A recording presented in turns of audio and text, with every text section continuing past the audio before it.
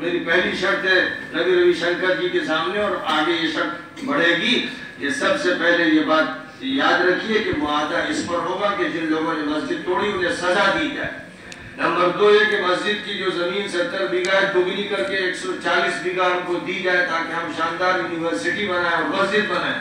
Number 3 یہ ہے کہ آئندہ کسی مسجد، کسی مدرسے، کسی درگاہ، کسی قبرستان کے ساتھ چھیڑ چھاڑ نہ کی جائے۔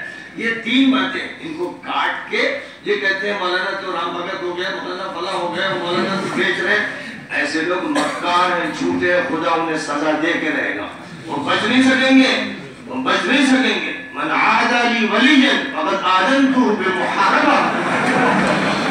میں اللہ سے محبت کی بات کر رہا ہوں، میں اللہ کی بات کر رہا ہوں، میں دین پہنچانا چاہتا ہوں۔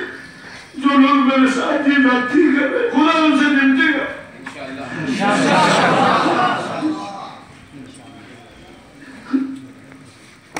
میری سینکڑوں تقریریں صرف اللہ کے لیے نبی کی بات کہتا ہوں، اسلام کی بات کہتا ہوں۔